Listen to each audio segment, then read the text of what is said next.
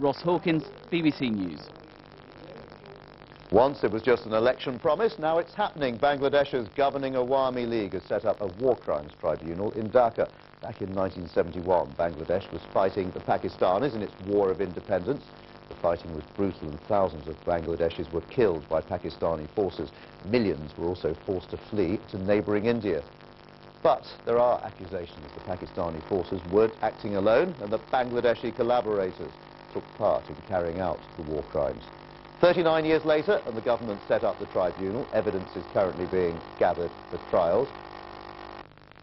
But expectations are that the leadership of Bangladesh's largest Islamic party will be implicated in the trial. They deny committing war crimes and say the government is leading a political vendetta. Well, a member of the governing party joins me now here in the studio. Moni is the Bangladeshi Foreign Minister. Thank you very much for being here. Why now, 39 years on? Well, war crimes or crimes against humanity, there is no time limit for trials in these cases, and it's unfortunate that we couldn't complete the process that was initiated just after the independence, especially when our father of the nation, Bangabandhu Sheikh Mujibur Rahman, was assassinated in 1975. The war crimes trial that was going on, that was stopped, and the military rulers then actually reversed the whole process, and the war criminals were rehabilitated politically and otherwise. And people have demanded it, and they kept demanding it. The trial of the war crimes. There's no limit. The difficulty is 39 years on, memories fade. How accurate will it be when you're asking people for their recollections? Clearly, well, people are going to forget the precise events and exactly what happened. Yes, they are, but it's happening elsewhere in the world as well.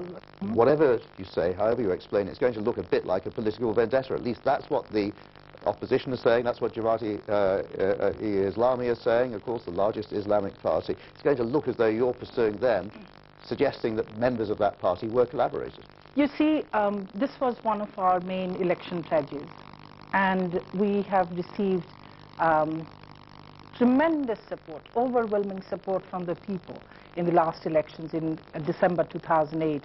So people believed in us. People believe in us, that we are going to do it and we're going to do a good job. And we are trying our best. And this is not... Even if it looks political. You might say it's not political, but it's going to look political.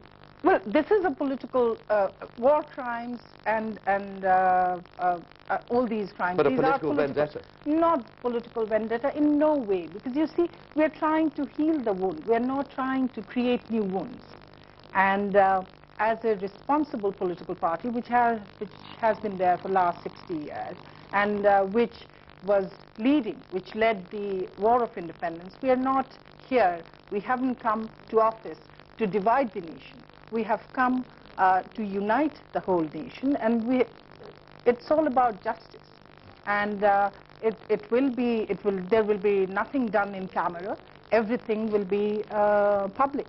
Minister. So the tribunal will carry out its processes, and we are committed to bring justice, and we are committed to do it, to follow the due process of law and maintain international standards. Thank you very much indeed for joining us. Thank you. Thank you so much.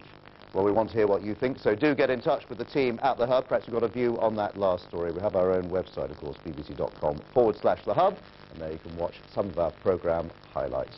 From me and the rest of the team here on The Hub, on this edition, that's it for now. Stay with us, though, here on BBC World News.